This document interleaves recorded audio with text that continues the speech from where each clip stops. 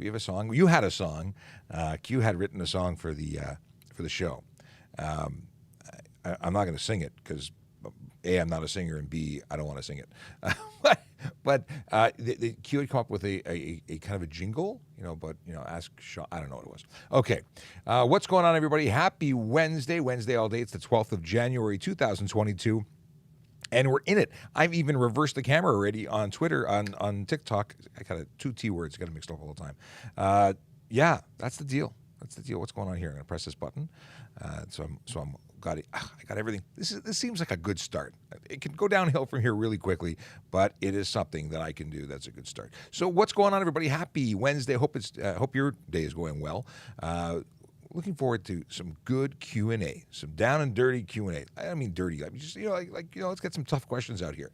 I can't answer all of them, but we'll try. Anyway, if you don't know who I am, my name is Sean Shapiro. I'm a police constable with the Toronto Police Service here in Ontario, Canada. I go live on social media, and right now we are currently live on YouTube, Twitch, LinkedIn, TikTok, Twitter, Facebook, and of course Instagram Live. That's our newest addition to the mix. What are we doing here? What is our goal? Our goal is to answer your traffic and police questions. If you've got them, we've got answers, at least most of them. If we don't, we'll tell you we don't. We'll do better next time. That's all we can do. We can try. If you are watching on Instagram Live or if you're watching on TikTok Live, you have a Q&A function. Use the Q&A function. That's the way to guarantee that I will see your stuff. Otherwise, it is going to be a moderator who sees what you type, a moderator or in the chat, and they may be able to answer your question. If they can't, they'll bring it to my attention. But we've seen a couple of things. We've seen people jumping between platforms trying to get their questions answered and jump the line. Please don't do that. We'll try and get to you. Not always a way to do it. If you are asking in the chat, I won't see it because I don't see the chat. Occasionally it catches my eye, but generally speaking, I've got the Q&A function up, and that's the only stuff I'm going to see. 373 people in the room. Just to recap, my name is Sean Shapiro. I'm a police constable with the Toronto Police Service here in Ontario, Canada, and we are doing this live, answering your traffic and police questions. There is another thing. If you don't already follow us, you should be following us. So please hit that follow button. Also, double tap the screen if you're on Instagram or TikTok. Now, don't do it if you're on YouTube. It doesn't do anything on YouTube. By the way, if you're on YouTube, follow us and like our video because we like that too. But if you're on TikTok or Instagram, you can double tap that screen. You could do it a few thousand times. And what will that do? Well, it's going to allow you to tell everybody else. It doesn't do anything for you. It helps us. Allows you to tell everybody else on the planet that is on the platform that there's something going on here that they should be a part of. Also, if you have friends or family or anyone you think might benefit from seeing the content that we are sharing here, well, please share it with them. Bring them in. Why am I not there? That's unlocking. Bring them in so that they can share in the goodness, maybe get their questions answered. Also, I'll put this up a couple of times throughout the live. This is a QR code. You can scan this with your phone. Now, if you're on the phone watching, that might be difficult, but you can save it and then you can scan it later. I'll try and move over for the TikTok camera because I'm too close for the TikTok camera. I'll move it back. What that'll do is bring you to a short survey, really short, like a minute to 2 minutes to fill, maybe less. If you're quick at clicking, you can fill it out more than one time. Just saying. What does it allow you to do? You can say that you like it, that you don't like what we're doing here. If you can tell us what you think would be better, ways to improve, because ultimately our goal is to bring you the best product. What is the product? Information, teaching, education. We want to be able to answer your questions, and getting that feedback of where you are, things we can do to improve will really help us do better going forward. Not that we're doing it wrong. We just want to make sure we're doing the best we can do. Okay, 600 people in the room. Let's get going. We have lots of people, and we can have lots of people more. Let's see here. Okay, here we go. We see that Will is saying hello. He's on TikTok and Instagram. The man is multitasking. Will is one of our, excuse me as I trip over my tongue. Will is one of our very first moderators. He's been with us since the beginning, and now that he's on Instagram too. Very cool. What do we have here? We have what to do if we get a car wrapped. This is a really good question. We've talked about it a few times. But the deal is that if you get your car wrapped and your vehicle is no longer the color that it was shipped and is reflected on your ownership documents, you need to update the Ministry of Transportation. You need to go in and update. It's free to update, but you have to update them as to the change. Otherwise, you can receive a ticket for not having your valid information on your ownership document. So Toronto 141, thank you very much for asking the question. It was good. It's almost like I planned it. I didn't plan it. We're not in cahoots. We should be in cahoots. Okay.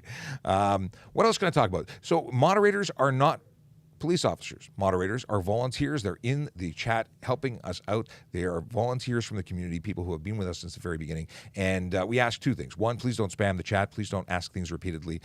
It won't get you taken care of faster. If anything, it'll get you muted so that we don't hear from you, because we want to keep it classy. We want to keep it, nice and orderly and move through the questions as quickly as possible. Also, they're not police officers. They're not members of the service. So please don't harass them. Please be kind. They're doing it out of the goodness of their heart. That's why they're here. They believe in what we're doing, which is trying to make the roads safer. Okay, moving on.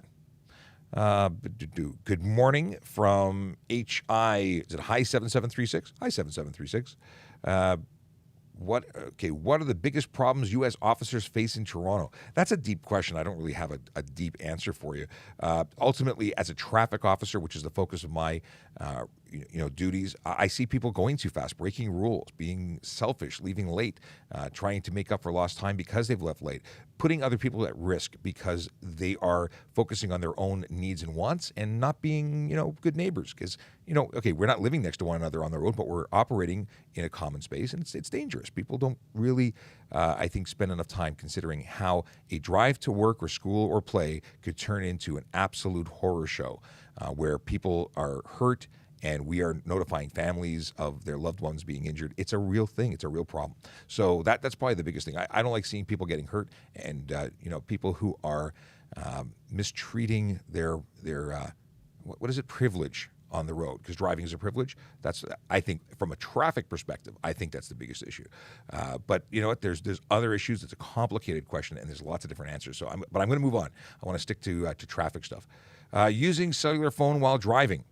You want to know what the fine is? It's obviously illegal. In province of Ontario, there's a fine for using your handheld communication device. And what does that come with? It's a $615 fine. It's 3 demerit points and a 3-day license suspension on conviction. The fine has been growing over the years. It started I think it was $125 when it came up, but people just paid it. They didn't care. Well, now it's got to be an increased consequence for using it because, well, it's an increasing problem. Almost all collisions, I'm not going to, it's not a specific number, but it's such a high number of collisions that I'm willing to say almost all collisions have some level of distraction, and cell phones are a distraction. Okay. Let's see here. Do you know what Newfoundland is? A province? I mean, I've never been there, but I do know what Newfoundland is. Okay, unless that's a joke that I don't know, and then I don't know what you're talking about. Okay, I have silly questions I'm not going to go into. Questions that are just trying to detract from the conversation, I'm going to ignore you. Obviously, questions that have legitimate cause about traffic and policing, things that I have the ability to answer, I will most definitely answer. Someone wants to know and put smoking. I'm assuming you mean smoking in a vehicle. Is it legal or not legal? The deal is that smoking is legal in your motor vehicle unless you have a passenger who's under the age of 16. So 16 and up, they can be in the car. If you want to poison everybody else in your car, that's up to you and them. But if it's under 16, they are children, and you can be charged for smoking in the vehicle. Now, that doesn't matter if it has nicotine or not. You can't, what's it called? Vaping? Can't vape in a car with them either. Okay. What can you do if people have their brights on? You can sip your water slowly. No, the deal is with brights, you know what? You're not supposed to high beam people because it's improper use of your headlights. And it's blinding, but they're blinding you. And it may be the most effective way to communicate the fact that their brights are on. And it usually takes a quick flash just to give them that indicator, because they're usually not paying attention to their lights. They may not even know that they turned them on. It could have been an accidental, flip of the switch. So I would give them a quick flash of the lights, and it's not something that I think a police officer will have a concern for, even though it's technically misuse of those lights. Okay. Drinking in the car, but driver is sober. No alcohol can be open in the car. You can't have it accessible to the driver. You can't be consuming it in the car. For having that open, it's a fine. Having it in the car, if it's unsealed, is a fine. Marijuana and alcohol, same rules. You can have it in the cabin of the car if it is sealed from factory, but it cannot be in reach of the driver. Certainly having it open and someone drinking it is considered accessible. So you cannot do that. All right. Is it illegal not to brush off the snow in your car? Yes. There's a couple of different ways to approach this. One is that you have to have clear view of the road. So you have to be able to see out your front window. You have to have a clear view of the rear. That doesn't mean that your rear window has to be clear. It means that you have to have a clear view by mirror. A mirror has to be visible to the rear. Now, the problem is that when you have snow all over the place, you can't see. That's what happens. You can't see out your front window if you don't clear it properly. So making a 3-inch slice so you can just see the road well enough to get off your driveway, that's not going to cut it. You're going to get a ticket. But let's talk about having that accumulation and snow and ice and all that stuff all over your vehicle. What happens when you start driving? Well, when you start driving, you are sending this big, almost like a smoke show as you drive, and there's billowing snow blowing off your vehicle, and then sheets of ice start flying and chunks that you hadn't cleared. Well, that obviously may hit another vehicle and can cause a problem. I would likely charge you with insecure load. Now, I've been told that may not be the best charge. There's probably be a better charge. But you know what? It works for me, and you can take it to court and argue it there. So definitely an option. You should be, again, a good neighbor and clear the snow on your vehicles. 10 minutes or less to clear the average vehicle. I've got a big truck, and I can do it in less than 10 minutes. And I have injuries that make it more difficult for me to do it, and I can do it in less than 10 minutes. So, it's about planning. You leave yourself enough time, you can get it all done. You can even get some stuff that you can lay on your vehicle at night. You close your doors around. It's like a mat that goes in your windshield, and all you have to do is peel it off and then brush off the excess snow. Okay, moving on. What happens if someone is speeding to the hospital? Don't know why hospital got cut off. I love this question. It comes up all the time, and the answer remains the same. You should and cannot speed. Not legally, not ever. You're a civilian. You cannot exceed the speed limit. So what about your bleeding? Well, if you're bleeding, the driver's bleeding, well, you could bleed out. You could lose consciousness, and your vehicle may speed off into hurting somebody else, and you ultimately not getting where you need to be, which is the hospital. So what you do is you pull over and you call ambulance, and you get them, the people who are not only trained to transport you safely while giving you medical care. You are more likely to get to your destination, being the hospital, alive, because they can treat you and reduce the bleeding, and they can also drive beyond the speed limit legally, safely, with someone focused on it. Now, that's a unique situation. The driver's bleeding. What about the passenger? What if, my favorite one is a baby is coming. Okay, baby's coming. Well, if you planned ahead, you're already at the hospital hours before anything is serious. But there's complications. Complications happen. I'm a dad. I know about this stuff. I don't know about this stuff. I'm just a dad. But anyway, the deal is that if you're the dad or the friend, whoever you are going to be stressed out because the person that you care about, or at very least like a little bit, is going to be suffering and potential as a baby that could be hurt. I get it. High stress situation. Is that a good time to drive? Probably not. So you should call for an ambulance because, again, trained people can even deliver that baby en route if need be. Police officers have pulled people over and delivered babies at the side of the road. Don't speed. Speeding is not the answer. It slows you down, and it increases the risk of adding more patients to the party. You don't want to have to then make more emergency services available. Oh, and I love this question too. What happens if you pulled somebody over and you found out that they had X, Y, and Z happening? What happens if they were speeding because of an emergency? Well, what would happen is I'd stop them and I'd call an ambulance, and then I'd stay with you and I'd keep the dispatch involved and aware of what was happening so that we could get you the help you need. But I would not send you on your way, and I would not give you a police escort, nor would any police officer worth their salt. Okay. Can I change my exhaust system in Ontario? Yes, you can change your exhaust system to another legal exhaust system. You can't put an illegal system. You can't put a straight pipe. You can't do things that contravene the law, but you can put other legal and capable of being legal systems. Okay, let's go into YouTube. Good job. I was going to say, good Jeff Fresh. No, it's Big Jeff Fresh saying good morning. Good morning to you.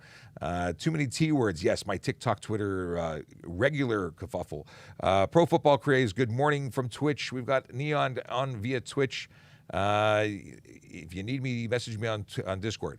Sadly, I can't type while I'm talking. It's just I can't do two things at once. I don't know anybody who multitasking is not a thing. So we talk about distracted driving. I can't type and talk and have two separate conversations. My brain doesn't work like that. Maybe yours does, but doctors say you cannot multitask. That it's not something the human brain. Not you can. What's it called? Multi-threat. You can do two things, but you're only focused on one thing truly at the same time. So yeah, you might hear what someone's saying while you're doing something else, but you're not truly focused on the task at hand. Multitasking is apparently not a function of the human brain. Other than the stuff that is automated, you can pick your nose while you're typing, as long as you're typing with one hand. Anyway, eating, chewing, breathing, those things are automated. They're part of your routine. But things that require focus and to be done properly, like driving, for instance, yeah, you can't multitask. The Revenant Movie Star says, "Good morning, Sean. Good morning to you." Julian Rick says, hey, Officer Sean, good morning to you. And let's see, everybody saying hello. Okay, we got Leafs fan jumped in. Good stuff. Lots of folks watching. Azad draws anime. Can I drive with my phone in my lap? That's a great question. I don't think anyone's ever asked that question before. It's a good one, and the answer is no. According to law, according to the courts, that has been determined that if it's in your lap, you're using it. Why are you using it in your lap? Well, A, if it's in your lap, you have just used it or you are about to use it. So they've convicted people for having it in their lap. Even if the battery's dead and you're holding it in your hand, it's your I feel good while holding it item. That's considered use. You cannot use it. And I've had it argued, I've had it in court where people said, well, how do you know it's a phone? I know it's a phone because I know it's a phone. Well, what model phone is it? Doesn't matter. I can identify it as a phone. So I've had lots of arguments like that, and I've won in court. 1,500 people in the room. Good morning to everyone who's new. If you don't know who I am, my name is Sean Shapiro. I'm a police constable with the Toronto Police Service here in Ontario, Canada. What do I do?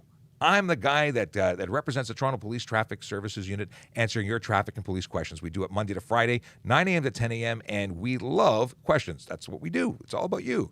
So if you have a traffic or police question, you throw it in the Q&A. That's how I get to it. If you drop it in the chat, I probably won't see it because, well, I don't look at chat. That's just the way it is. There's too much going on here. I can't keep up. I do, however, have an army of moderators. They're magical people who are volunteers, not police officers, not paid members. They are here helping out because they care about keeping the roads safe and making sure that their friends and family and people who watch the show get answers to their questions so they can save money. Not just about money, but it's about saving money. We don't want you to get tickets for things that you just didn't understand. So we're here to clarify. We're here to make it better for you because you are important. Okay, moving on. Can I wheelie down the road on a quad? Quad, ATV, ATC, three-wheel, four-wheel. So first of all, off-road vehicles are only allowed to be in certain municipalities that permit them. Off-road vehicles are regulated, and certainly if you wheelie down the road on a quad, you are stunt driving, and you're going to lose your license. You're going to lose your vehicle. It's still a motor vehicle being used on a road. Now, in Toronto, you cannot use your quad or any off-road vehicle on the road, just so you know. But yeah, wheelies, intentionally taking your wheels off the road, that's stunt driving. So 14-day vehicle impound, 30-day license suspension. What to do if a pothole damaged my car? First, I'm going to take a sip of water. As one of my favorite TikTokers often says, is I hydrate before I educate. So if your pothole damaged your car and if you're in the city of Toronto, you can certainly apply to the Toronto or the city for damages, because if they have failed to repair something, there is a system in place that you can go, and that doesn't mean you're going to get new fancy pants rims, but you may be able to get something if they verify that it was what was there. So you want to document it and then report it. Okay. Do you need a seatbelt if the car is stopped? Okay, if you're not driving, does your seatbelt have to be on? No. In fact, there's a bunch of exemptions from seatbelt laws. So if you're a delivery driver making frequent stops, there's certain circumstances where you don't have to wear one. So if you're stopped in your vehicle, now if you're stopped at a red light, yeah, you're driving. You still have to have your seatbelt on. But if you are, let's say you're pulled over getting something, no, you can take it off. Now, let's say your car is broken down on the highway. What do you do? What is important? Should you have your seatbelt on? I'm going to say yes, because as a police officer, if I pull you over on the highway, I will take my seatbelt off because I'm getting out of the vehicle. As soon as I get back in the vehicle, seatbelt goes on. Why? Because you would not believe how many times vehicles are struck by either impaired drivers or out-to-lunch drivers or drivers who are on their cell phones. So you don't want to be tossed around that car, even from a complete stop. If you're hit by a vehicle traveling 100 kilometers an hour, that's going to be bad. You want that seatbelt on. It's going to save your life, or at least it will give you a better chance of surviving. Here's a great question. It's right on the cell phone segue. If cops are using their phone while driving, can we report it? Well, if you're in the province of Ontario, and I imagine most provinces are the same in the States as well, police, fire, and ambulance are exempt. They are permitted legally to use their handheld communication device, their walkie-talkies, their computer systems in the car. It is for public safety. The purpose of being able for us to communicate using those devices is so we can get information that's vital to the job we're doing. That could be verifying the status of a driver, investigating somebody who's maybe known to have firearms. You don't know what's going on that phone call. It's probably not asking their other half to take the dog for a walk. It's police related. We're not using it for silliness. Now, equal opportunity for members of the public. What if you need to call for an emergency? Well, if you have an emergency and you need to talk to the police, you can use your cell phone. It's permitted. It's an exemption under the Highway Traffic Act. So that's a good thing because we want you to call police when you need us. We don't want to say pull over, because by the time you pull over, maybe it's over. Maybe you lost sight of the person. You need to read a license plate to them and tell people who's the impaired driver or the person who's waving a gun out the window or whatever it is that you are calling police because it's an emergency. Someone in the car is having a heart attack. What do? You call police, fire, and ambulance, emergency services. Apparently, we're having huge amounts of spam. Please don't spam. Again, the moderators are not paid members. They're not police officers. They're volunteers, and they will mute you, because if you need to be muted, we'll mute. We want to keep it classy for everybody else. Okay, let's see what's going on Instagram with questions. Here's a great question. Do you have to clean off your license plate when there is snow on it? Snow, dirt, any obstruction must be cleared. Now, okay, you're driving along and stuff is kicking up for the road and it's getting dirty. Fresh accumulation, we're not going to give you a hard time about. But if it's packed on snow, absolutely. If it's from last night's snowfall and you haven't cleared your license plate and it's if it's illegible, cannot be read, you can get a ticket for dirty or obstructed plate. Definitely your responsibility to clean. Okay. Why have speed limits been lowered across the city? Hallelujah. Love this question. I don't usually say hallelujah, but it seemed fitting today. I wanted to talk about this. Speed is a big thing for me. I really, people who are going too fast is a big issue. And everyone complains about people going too slow, but it is speed that is an issue. Slow is less of an issue for me. A lot of people argue and say slow people are the worst thing ever. Well, you know what? I'm not in a rush. I gave myself lots of time. If I go a little slower, it's not a big deal. So why are we going slower in the city? Vision zero is the reason. See, we acknowledge that minor collisions, they're going to happen. They're going to happen no matter what we do. Not because they're accidents, it's because someone did something wrong. Someone is responsible for why that collision occurred. However, lower the speed, you lower the chance of serious injury and death. Now, we're in a city. We got lots of people. We have pedestrians. We want to make sure everyone goes home safe and sound every day, no matter where they're traveling. That's the goal. Well, lowering the speeds increases the chances of someone going home safe and sound. If a pedestrian walks out and gets hit, doesn't matter who's at fault. We want you to survive, right? Death bad. So we want to reduce the roads to the point where we reduce the risk. Okay, that's the answer. Vision Zero Toronto, great information there. If you have questions about Vision Zero, check out Vision Zero TO. That's going to be a hashtag on Twitter. You can also check out the City of Toronto webpage for more information about that. Did you take criminology to become a cop? I think you said cop. Did you say cop or police? No, you said cop. And cop's not a bad thing. I just wanted to reiterate it correctly. So what's the deal? Do you need to have criminology as a background, as a professional requirement? No, you don't. You don't have to be a criminologist to be a police officer. I did not study criminology. I was in business. I was in computers. I was in all sorts of things before becoming a police officer, and none of them include criminology. Guess what? The police will train you in what you need to know. Now, is it bad to be a criminologist? No. Having a specialty is fantastic. If you're doing it, go for it, if that's what works for you. Okay. No open alcohol into cars. What about limos? Limos cannot have open alcohol. If you are opening a bottle of booze in the back of a limo, you are breaking the law. Ontario does not have an exemption for that. Okay. What is this? How soon should you get into the center turn lane? You should get into the center turn lane when you're approaching your turn. Obviously not 2-3 streets behind you. Now we're talking about a multi-use center lane, not a turning lane that is identified where you see the painted line. Because if it's a painted line, that's when you should get into it, where the line breaks and you see an obvious indicator as to where you should get in. But if you have a multi-use lane, you know what? After you pass the street, before the street that you're turning on, assuming it's not 5 miles away or kilometers away, it's got to be reasonable. So you enter that multi-use lane before you make your turn. In terms of how, I don't think there's a specific space identified in the HTA. It's a common sense thing. If there's a multiple cars, then you're going to get in behind earlier. And don't block if it's trying to go to the unreasonable level. But if it's 5 miles long, maybe you need to go past the street and find another way into it, because you don't want to get behind a long string of cars. Okay, going too far down the rabbit hole. Here we go. Rob Frazier, good morning, Sean. Love the show. Stay safe and healthy. Thank you very much, Rob. Rob's coming in from Facebook. Much appreciated. Akela Draconis, welcome back. Haven't seen you in a while. Actually, I have seen you in a while. I'm here, checked in before the show started. Okay, good stuff. Welcome back. I think your username is anyway, from YouTube. When is it not 50-50 in a parking lot accident? Okay, no accidents, just collisions. But the question is, when is it not 50-50 in terms of fault? That's the question. And you know what? It's on private property.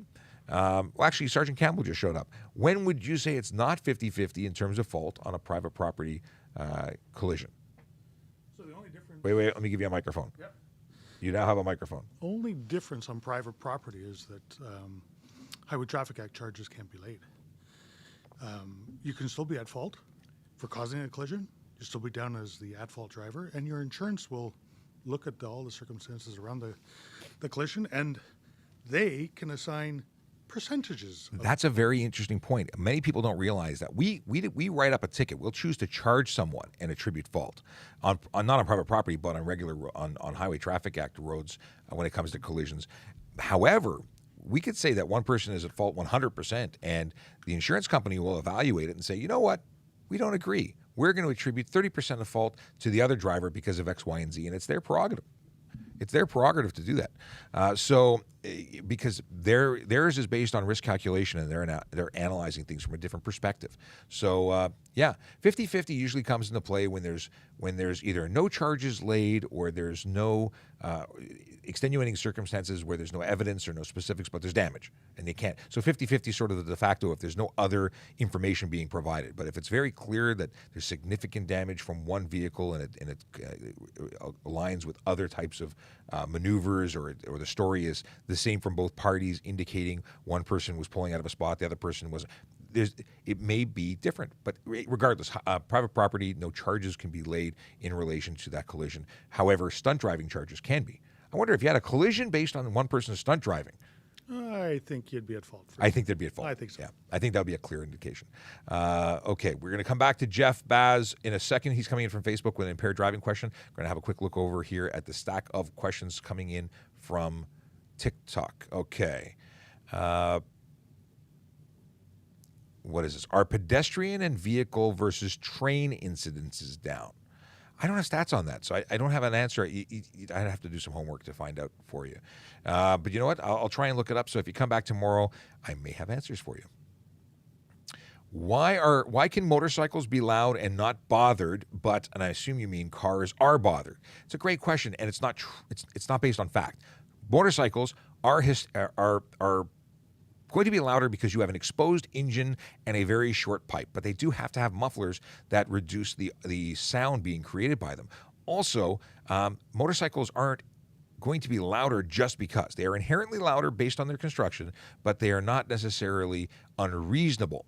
The unreasonable is usually as a result of behavior, burnouts, revving, showing off, speeding. Those things generally create the noise. Now, there's actually a bylaw in the City of Toronto, and it says that motorcycles at idle cannot exceed 92 decibels. If they do, there's a ticket just for them. It's not even written for any other motor vehicle. It's just for motorcycles. So when you say motorcycles are exempt, it's not true.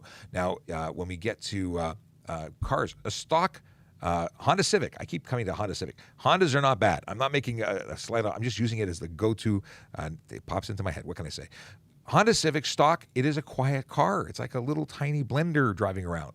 But I bet you, actually I don't bet you, I guarantee you, if you rev that up, it's going to make more noise than it would reasonably. It's the unreasonableness and the unnecessary creation of noise, whether it be your stereo, your horn, your exhaust system, squealing the tires because you're doing burnouts, which is stunt driving as well, but it also creates noise. It means an additional ticket.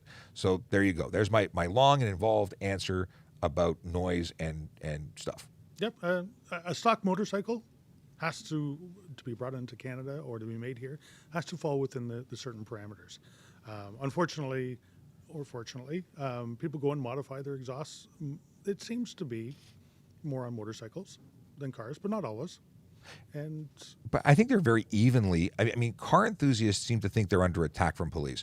I'm often asked the question, why do police hate car modifiers or car enthusiasts? We don't. Many of us are car enthusiasts. However, we understand that there are certain rules we have to follow, and as long as you're making lawful modifications and your behavior is not generating unlawful noise or otherwise, there's no issues. I think that's about it. Doesn't matter if it's car. If you had a plane that was loud, we'd find a way to write you a ticket. Okay. Is there a no chase rule for vehicles exceeding a certain speed? No. There's no specific law that says we cannot pursue a car.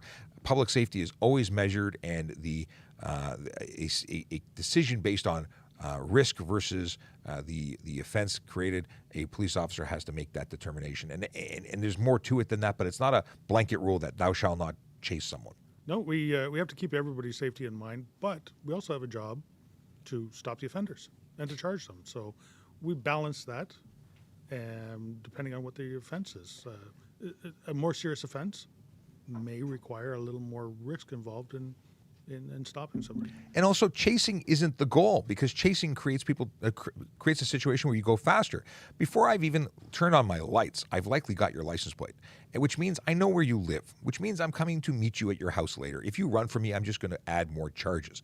The concept of chasing you through the streets of a city only put everybody else at risk. So I'm not someone who likes to get into chases. It's not something I'm going to do. I'm going to write it down and meet you later. It doesn't have to be today. I got all sorts of time to lay those charges. There's no urgency. I've got my description. I've got my stuff, and we'll talk again. So moving on. This is a good question. Can a baby sit in the front seat and sit in a coupe car, obviously using a car baby seat? So there's going to be, legally, there's no restriction that I'm aware of. Now, I've had car seat instructors tell me, installers tell me, that the manufacturer says you can't put it in the front seat. However, if you've got a two-door car, the issue is disabling the front airbag, and new vehicles, you can't disabling it. So what I've been able to find is that if you can move the seat as far away as possible from the front, it's not illegal, but it is potentially unsafe or less safe. So with that, you have to take into consideration what is safest for your child, and you are potentially putting them at the risk by putting them in a two-seater vehicle. Ideally, we want people to stay in the back seat until the age of 14. Not a popular answer. However, it is the safest option. So let's move on. Why we pay more insurance in Toronto? This is actually a fun answer. And Tassos, who's a insurance underwriter, would have the best answer, but I'm going to tell you this. Insurance is based on risk. Oh, Tassos isn't in the chat today. Thanks, Q. The deal is that insurance cost or pricing is generally based on risk, and it may be different for every insurance company, but there's probably a chart that says Toronto has more people and more collisions. The country has less people and less collisions. Based on where you drive, your risk of becoming involved in a collision is lower outside of the city of Toronto than it would be inside. That's generally it. And also, when you make a declaration as to how far you travel on a daily basis, those things go into creating a chart or a calculation as to what your personal risk is. You drive a lot of kilometers, it's going to be higher than you drive a few. If you are driving a certain car, they tend to go faster. You pay more insurance. You're higher risk. All these things, and it's going to be different for every person. Historically, women pay less insurance than men, especially at younger ages. Boys tend to get into more collisions. So they were treated differently based on what the numbers said. Even though you might be the greatest, safest driver, you're lopped in with everybody else. Okay, that covers that question. Let's move on. By the way, for anyone who's in the room who doesn't know who I am, my name is Sean Shapiro. I'm a Toronto police officer with the Toronto Police Service in Ontario, Canada, answering your traffic and police questions here on the internet. If you've got questions, throw them in the Q&A section. If you're on any of the platforms, throw it into chat, because we will see it. We'll pick it. If you don't have the ability to get chat in some platforms or interfaces like the web, don't give you Q&A, drop it in the chat. We'll try and do our best to get to you. Now, Jeff Baz, I said I'd come back to your question. Let's read it and share with everybody. Impaired driving question. Can you lose your license for exceeding the limit of 80 milligrams after attending the hospital, where they draw blood and the results from the toxicology don't come back after 90 days to the day of the incident? That's a very specific question. So if you are, it's something called a blood trail. So if a blood sample is used for the to determine that you're over 80, it's that blood sample that was used to create the charge. You don't get charged for over 80 if the blood sample was analyzed and it's lower. Now, if we charged you, it's because before a blood sample, it's because you have provided a breath sample. There has to be something to lay the charge. I think what he's getting to here is if the results of the over 80 come back after the 90 days of the administrative driver's license period, does the administrative driver's license period come back? Does it actually come into effect? Is it 90 days from the date of the offense? Is it 90 days from is the it date of backdated? the charge? I don't know the answer is that. I would assume it's based on when it's issued 90 days. I don't know, though. Do you know? I actually don't know that one. That's one that I need to Hey, find out. you know what? And luckily, although they're not here today, we have specialists. We have specialists of all sorts of things, and that's one of those things. So, Jeff, I love the question. Do me a favor, send me an email, send me a message, and then we can get back to you when we have our specialist at hand. Like I said, I'm actually going to go see if they're here. okay, he's going to go. Sergeant Campbell's going to go see, because we do have people who actually Sergeant Stein might know the answer. Okay, Sergeant Stein is our the training sergeant. He's the knower of many things. Okay, what should you do when you're pulled over? This is, it's not a bad question. My suggestion is this: slow down, pull over safely, and wait for instructions. Now, I like when people put their interior lights on. I feel more comfortable approaching a car at night with their lights on. But what's the deal? Is there a prescribed thing? I would not make big movements. I wouldn't start searching through bags or reaching into glove boxes. I'd wait for the police officer to attend. They might say, hey, listen, just letting you know that your left signal's not working, or your brake light's out. Or it could be something simple, move along. We may not need to do an investigation. The purpose of our stop may be very simple. It may be more complicated, and that's going to come from our instructions but it make us a little nervous when you're reaching around. So if it's at night, turn on the interior light would be my suggestion, and that's about it. Obviously, you need to surrender your driver's license, ownership, and insurance upon demand of a police officer. Failure to do that could result in a ticket, and then take your direction. You might be given, if there's alcohol requests, and we have something called mandatory alcohol screening, and that is a thing that came in 2018. And it basically means we don't need suspicion of consumption of alcohol. Where back in the day, we would have to say we need, or we smell alcohol, or you said you've had a drink, so now we're going to do a roadside screening device based on the suspicion raised by you telling me that you have had alcohol or me smelling it. Well, that's no longer required. Mandatory alcohol screening means that you're the fifth car I stopped tonight, and I wrote in my book 5 is going to be the number. I could have written that every car I stop is going to do a roadside screening device, and now you are, when I make a demand for it, you're lawfully obligated to complete and follow along, providing that breath sample. If you don't, consequences are going to be a suspension and charges that are criminal. So very serious stuff. You need to follow directions. That's that. Now, I saw a question here. Can you reiterate that learner's permits are only used within the province or state that it is issued? I don't know if states are going to be the same. I'm going to assume that they are. Certainly, a learner's permit that is issued for Ontario that allows a student driver to be supervised by a Class G driver is only valid in the province that it's issued.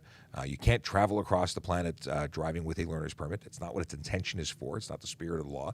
You are there to go and learn from an experienced driver of the laws of your jurisdiction, and jurisdictions change. Those laws or those licenses aren't accepted by outside agencies generally. Somebody else may say, yeah, whatever, you're good. But are you good? Maybe, maybe not. The truth is it's not accepted. Now, a G2 is not so much a learner's permit. It is the next level of driving. It's an escalation. It's the G2. It is a probationary license. You are allowed to operate a vehicle alone. You can operate it outside of the province of Ontario. Okay. Is the Toronto Police purchasing EV vehicles? I don't think we have any fully electric vehicles. We do have a number of hybrids in the fleet. They're not patrol vehicles. They are, secondary vehicles, CIB vehicles, vehicles being used by other units that are not frontline.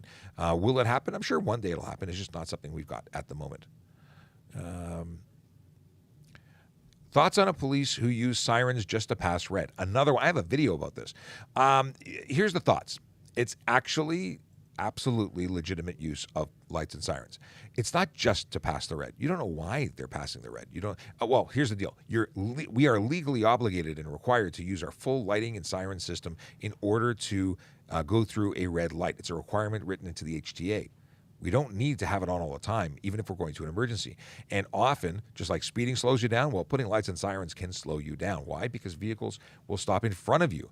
Vehicles will often stop immediately in the lane, thinking that that's the right thing to do because they're nervous or they're unprepared for the thing. People freak out. We want people to sort of drive the way they're driving unless we need them to communicate with them to get out of the way. That's when we put our lights on all the time. Yeah, so we will come to a stop. We'll have our lights activated. We want to make sure it's safe to do so, and then we'll continue through. So there's nothing wrong with it. It's perfectly within proper use. Did you find any good stuff? Well, the administrative driver's license suspensions are administered by the MTO and handled by the MTO. So we're going to reach out to the MTO to get a absolute definitive answer from them. We have an opinion here, What's the opinion? but the opinion is it's the date of the offense. Oh, really? Yeah. So we will. We will clarify and confirm and get back to Jeff. But I really appreciate. I love. We get lots of questions that are the same questions, and I've got a really slick answer for them because I've answered them 673 times, which is fine. Nothing wrong with repeating myself. But I love it when we get one that we don't know the answer to, because then we're all learning. And yeah, you know, it's that whole community of learning. Let's see here. We have. Is it illegal for pops and bangs and flames to come out of my exhaust system? So. If you are having pops and bangs and flames, I'm going to say it's an issue. You're burning unspent fuel. Now, if you've modified your vehicle to create that intentionally because you want the burbles or you want to have you're modifying the exhaust system and making it less efficient and throwing out chemicals and gases and fuel into the environment. You're violating the Environmental Protection Act is where I'd be going with this. So I'm going to say it's illegal. Now, is there a specific charge for pops, bangs, and flames? No, but I would say it's there's going to be a charge that fits it. Do you know of the charge offhand? So first of all, if it's pop, bangs, and flames, it's unnecessary noise. That too. And I guarantee you, having a little bit of mechanical knowledge, that as soon as unspent gas goes through a catalytic converter, which is 3,000 degrees sometimes, that gas would be burned in the catalytic converter and would not actually make it out the back of your exhaust. So if I saw flames coming out of the back of your exhaust, I'm stopping you and I'm doing a full-on vehicle inspection. And I'm going to find out you probably do not have a proper exhaust or catalytic converter. The HCA charges are significant, but the Environmental Protection Act charges can be very, very costly. Yeah, those are not cheap. A lot of people are having an issue right now with cats being. You're saying the charge is costly or the catalytic converter is costly? So the charge is costly. Okay, I was going to say a lot of people are finding now that they're coming back to their parked car and their cats are gone. Yep. And that's precious metals. Yeah, it's not cheap for that. It is not cheap for that. Okay, we have 18 minutes left. For anyone who's not here and is not following us, please follow us. We'd love to have you as part of the fam. Now, additionally, if you are following us and you watch us on a regular basis and you haven't filled out our survey, please take a moment to do that. You can get that link from my Twitter, from the Traffic Services Twitter, or in a second when I get my stuff together and put this on screen, I'm going to give you a QR code. And actually, I'll be posting a link too. This is not what I'm showing you.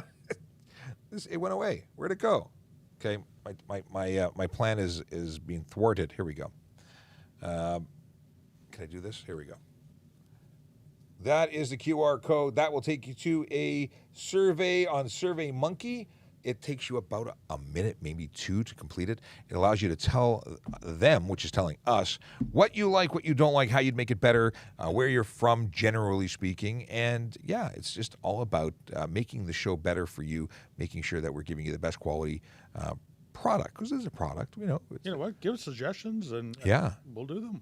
Absolutely. Here's a question coming in from Instagram. How long does the reckless warning stay on the driver's license record? So you got a lot of different language in here. Reckless is not something I'd give a warning for. Reckless isn't a charge. It's careless. So if you got a warning for a minor charge, it would stay in. Well, warnings aren't on your record. It's in a police file. So they're there. It's not going anywhere. Yeah, they're there indefinitely. It stays within the police service. Other police services will have access to it if they want to look for it, but it doesn't. A warning does not go on your ministry record. Yeah, your driver's license isn't affected by a warning. If we charge you, however, and you're convicted, that's when your record is updated. Now you have a lifetime record, but then you have a short form that insurance companies and such can look at. That stays on from 3 years from the date of conviction. It stays on your record from 3 years from the conviction, or from the date of 3 years from conviction date. However, your points, if any, are attributed, stay on from 2 years from the date of offense. 2 dates, and they don't. It's confusing for everybody. Okay. What do we got here? Is accelerating fast illegal? We've talked about this before. We've got a kind of a, it depends. Because if your behavior's got people jumping out of the way, and it's dangerous. Well, it could be dangerous. Could be speeding. Could be not speeding. I'm thinking of racing, because you could be racing someone from 0 to 60. That's still racing. It depends. Is there a specific thing that thou shalt not speed quickly to the speed limit? I don't think there's a charge specifically addressing it, but it certainly is up to the officer who's making observations and what they see and how they interpret what you're doing. And yeah, I wouldn't do it. There's no reason to check how quickly you can accelerate. Accelerate normally, safely. Pay attention to what's going on around you. We're all in it together. And I'm not talking about anything other than the road. The road's a dangerous place if it's not treated and respected. So we want everyone who uses it to get to where they're going safely every day. Okay. Here's a good question. Driving a retired police vehicle, when does it become impersonation? So you've got, how about this? Never mind it's retired. What if you bought the same you bought a Ford Explorer? Is it a police vehicle? Does it look like a police vehicle? Some people might think it looks like a police vehicle. When you start doing things and posing as a police officer, you put flashing lights on it. You do things, or you start intimidating people, riding up on their bumpers and acting in such a way that maybe someone would mistake you for being a police officer. I think your activity changes a lot. Now, if you have stickers all over it that say police, obviously that's going to be an issue. If you have lights on your dash and you're mounting computers on their own aren't an issue. But it's all about the totality, the looking at the whole picture, and the threshold's going to move. It's based on in the interpretation of the officer investigating. Yeah, I totally agree. There's nothing wrong with modifying a vehicle to actually make it look like a police vehicle. You can put antennas on it. You can put stuff on it. But if you hold yourself out to be a police officer and you're not, if you activate lights that are unlawful, that's where the problem comes in. It brings me back to thinking about what happened, the awful events that happened in Nova Scotia, where somebody was able to purchase a retired RCMP vehicle and then had it decaled up to make it look like an RCMP vehicle. An officially marked vehicle. They did everything to make it look like something it wasn't. Right. And then he held himself out as a police officer. Yes. So, yeah, there's a lot going on there. And that is a criminal offense. That's beyond that of having something that looks similar to or might be walking the line. That was very specific activity. Question coming in from TikTok. Do cops get in trouble for a missed court date? And actually, it's a perfect opportunity to ask the sergeant about that, because as a police officer, I'm obligated to go to court when I'm summoned to court. But what happens when I don't go to court? Well, we want all our police officers to be going to court. There's no point in conducting enforcement if we're not going to see the process go through. There's no benefit to anybody if we're not being able to change behaviors. And there are times when police officers do not go to court. They have to be excused by a supervisor, like me, with a proper reason. Now, people get sick. Everybody knows it right now with the way the world is right now, that people are getting sick, and sometimes you cannot make it to court because of illness. The benefit is to the accused. It's not fair to the accused to draw out a court case longer than what is reasonable. There are other circumstances where I need officers on the road. They're in the middle of a very important investigation. They have a court date coming up.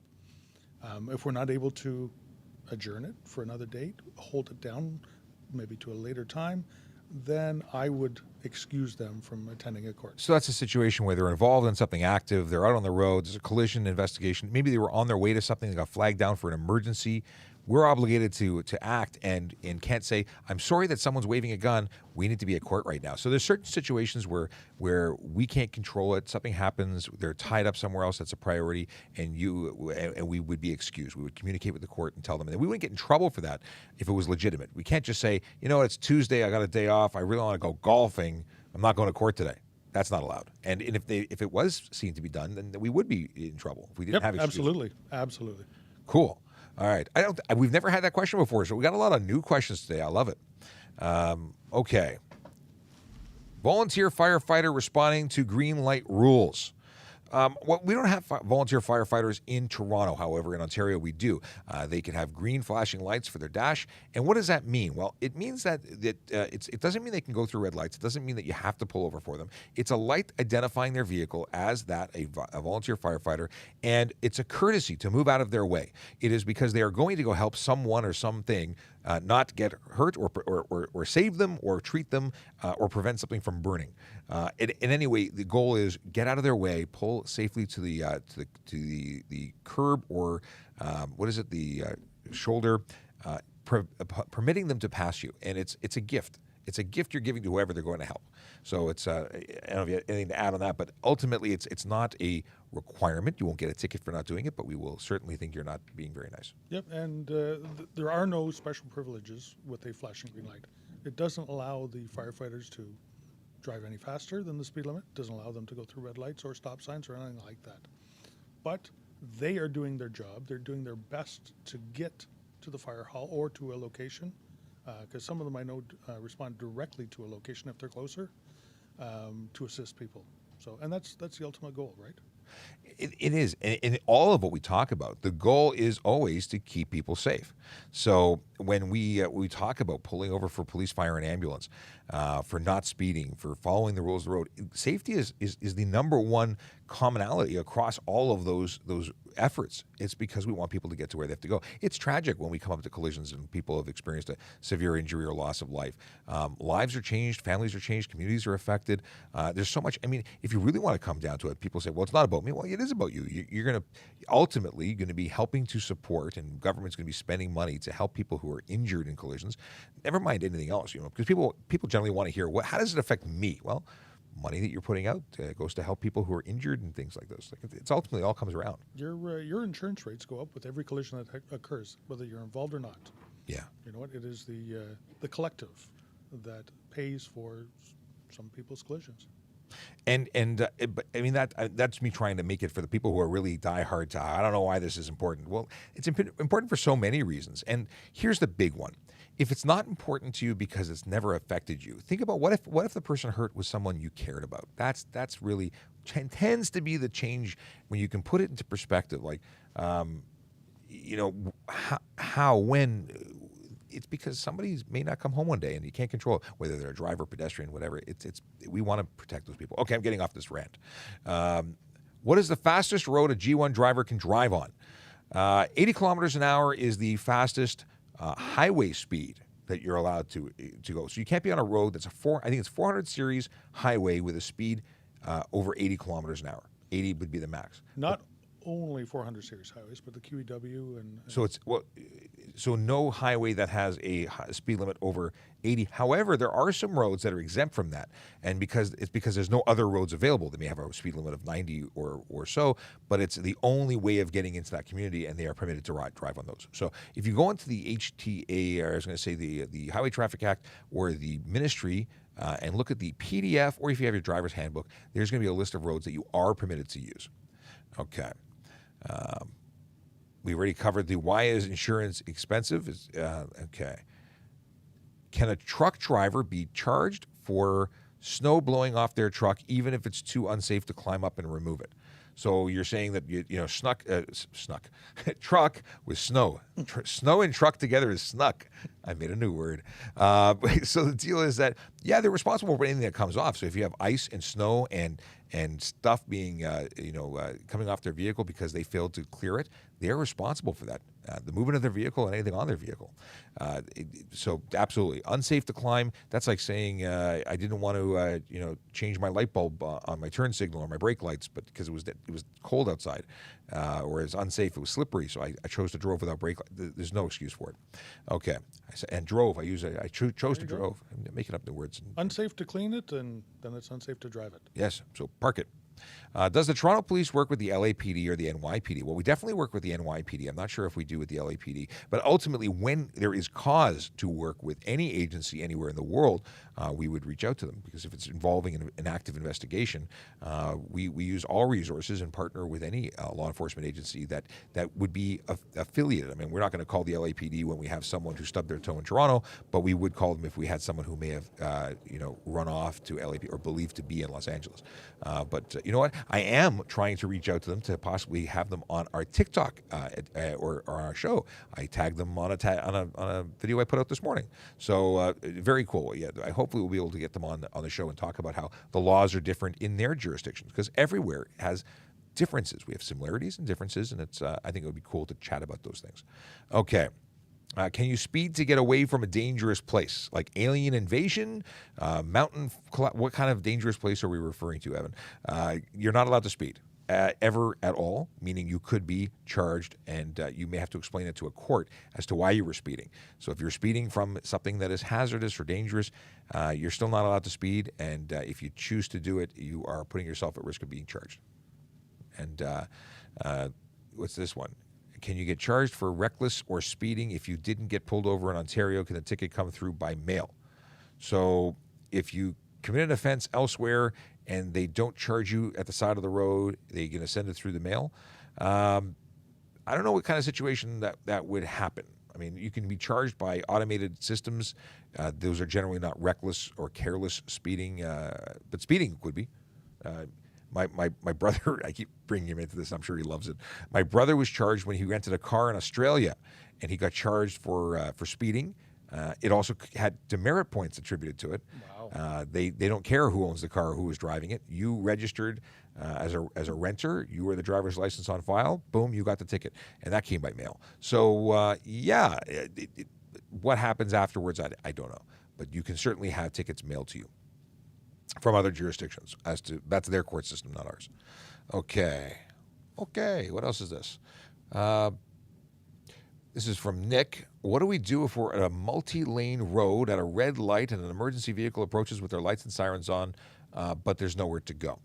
So this is a great question, and the answer is, generally speaking, we're going to go into oncoming traffic. We're going to go around the bullnose or the what's called a divider where the lights are mounted, and we're going to go into oncoming traffic because that's likely going to be the path of least resistance. We're going to do it very slowly and cautiously. We're going to come to a stop before entering the intersection if it's against the light, but that's what we're going to do.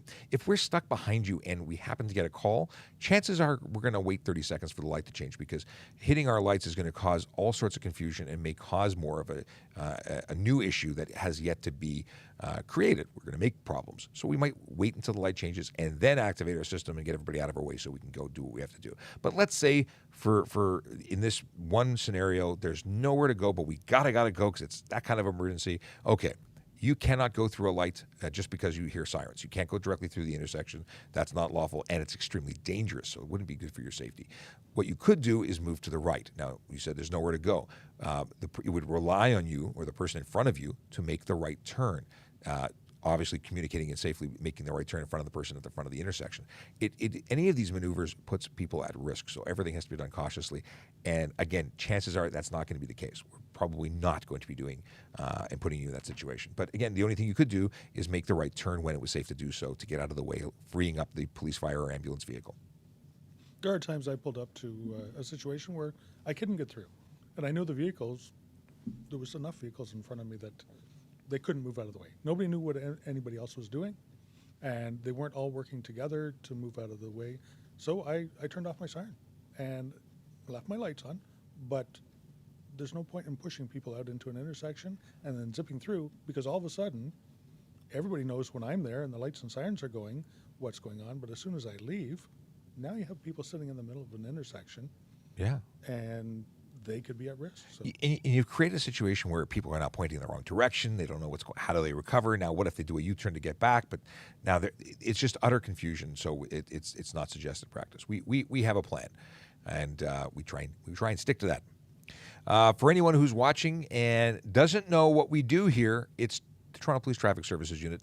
I work at Traffic Safety Programs. My name is Sean Shapiro, and what I do is answer your traffic and police questions from 9 a.m. to 10 a.m. And it's 1 minute left. So it means we're not going to get any more questions in. And I apologize if we didn't get to answer your question. However, we have other stuff we need to do. So I can't stay live and keep going, but we will be back tomorrow, 9 a.m. to 10 a.m. So please put it in your calendar. Get an alarm going. Come join us again. We'd love to have you.